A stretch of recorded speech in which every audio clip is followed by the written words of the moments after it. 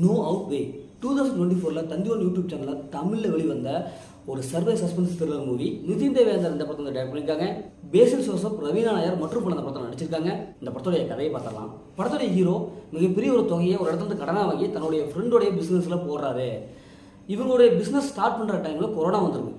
இதனால பிஸ்னஸில் ஏகப்பட்ட லாஸ் ஏற்படுது. இந்த சுச்சுவேஷனில் அவங்களுடைய ஃபேமிலியை நடத்த முடியாத சூழ்நிலை ஏற்படுது. ஏகப்பட்ட கடன் தொல்லை, ரொம்ப கஷ்டத்தில் இருக்காரு. இதனால அவர் நம்ம இந்த வாழ்க்கை வேணாம், சூசைட் பண்ணிக்கலாம் அப்படின்னு சொல்லிட்டு அந்த முடிவு எடுக்கிறாரு.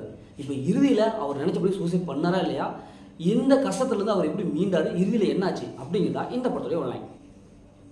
இப்போ இந்த படத்துடைய பாசிட்டிவ் பார்த்தாவே படத்துடைய ஸ்க்ரீன் பிளே ஓரளவுக்கு நல்லா இருக்குது. கொரோனா காலகட்டத்தில் எல்லாரும் ரொம்ப கஷ்டப்பட்டு இருப்பாங்க. அந்த சீன்ஸை போய் கண்ணு முன்னால் கொண்டு வந்திருக்காங்க. அந்த அளவுக்கு ஸ்க்ரீன் பிளே பர்ஃபெக்டாக கொடுத்துருக்காங்க. இவங்க பண்ணுற ஒவ்வொரு காரியம் என்னடா அப்படி ஆகிப்போச்சு அப்படின்ட்டு நம்ம ஹீரோ ரொம்ப கஷ்டப்படுவார், ரொம்ப மனசு ஒழிஞ்சு போயிடுவார். அந்த சீன்ஸ்லாம் செம்மையாக இருக்குது. படத்துடைய ஹீரோ அவங்களுடைய ஆக்டிங் சூப்பராக இருக்குது. ஏன்னா ஃபஸ்ட் ஆஃப் வந்து கடைசி வரைக்கும் ஒரு செம்மையான ஒரு ஆக்டிங் கொடுத்துருக்காரு. அதேமாதிரி படத்தை நடிச்ச எல்லாருமே வந்து சூப்பரான பர்ஃபார்மன்ஸ் கொடுத்துருக்காங்க. படத்தோடைய மியூசிக் படத்துக்கு ஏற்றவர் நல்லா இருக்குது. ஸ்க்ரீன் பிளேவும் அந்தளவுக்கு சூப்பராக கொண்டு வந்துருக்காங்க.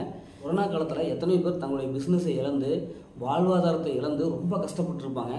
அந்த காட்சிகளை அப்படியே பார்க்கும்போது நம்மளே கஷ்டப்படுற மாதிரி இருக்குது. அந்தளவுக்கு சூப்பரான காட்சிகள்லாம் வந்திருக்கு. அது செகண்ட் ஹாஃப்ல ட்விஸ்ட் அண்ட் டர்ன்லாம் அதிகப்படுத்திருக்காங்க. அடுத்தடுத்து என்ன நடக்குமோ, இவங்க என்னடா பண்ணுவாங்க, இவங்க எப்படி உண்மையாலுமே ஹீரோ வந்து இறந்துருவாரா, இவர் ஒவ்வொரு சூசைட் அட்டம் அப்படின்னு பண்ணுவார். அப்படி பார்க்கும்போது நமக்கே திக்கு ஏற்படுத்தும். அந்தளவுக்கு ஸ்க்ரீன் பிளேயோட செமையாக வந்திருக்கு. ஹீரோடைய தேட்டரை பக்காவாக எழுதி எடுத்திருக்காங்க. அதனால் அவரை ஃபாலோ பண்ணாமல் போதும், படம் ஃபுல்லாகவும் நம்ம கடைசி வரைக்கும் எடுத்துகிட்டு போகிறாரு. அது கிளைமேக்ஸ், சூப்பரான ஒரு கிளைமேக்ஸை கொடுத்துருக்காரு. அந்த படத்தோட மைனஸ்ன்னு பார்த்தாவே பெரிய மைனஸில் எதுவுமே இல்லை. ஃபஸ்ட் ஹாஃப் மட்டும் கொஞ்சம் ஸ்பீட் எடுக்க டைம் எடுத்துக்குது. மற்றபடி இந்த படத்தில் பெரிய மைனஸில் எதுவுமே இல்லை. எனக்கு பயங்கரமாக ஒரு ஆக்ஷன் த்ரில்லர் அட்டி தட்டி படம் வேணும் அப்படிங்கிறது இந்த படம் செட் ஆகாது.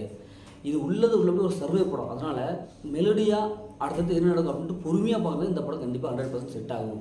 இந்த படத்தை ஃபேமிலி பார்க்கலாம், கண்டிப்பாக ஃபேமிலி பார்க்கலாம். படத்தை அந்த மாதிரி எதுவுமே இல்லை.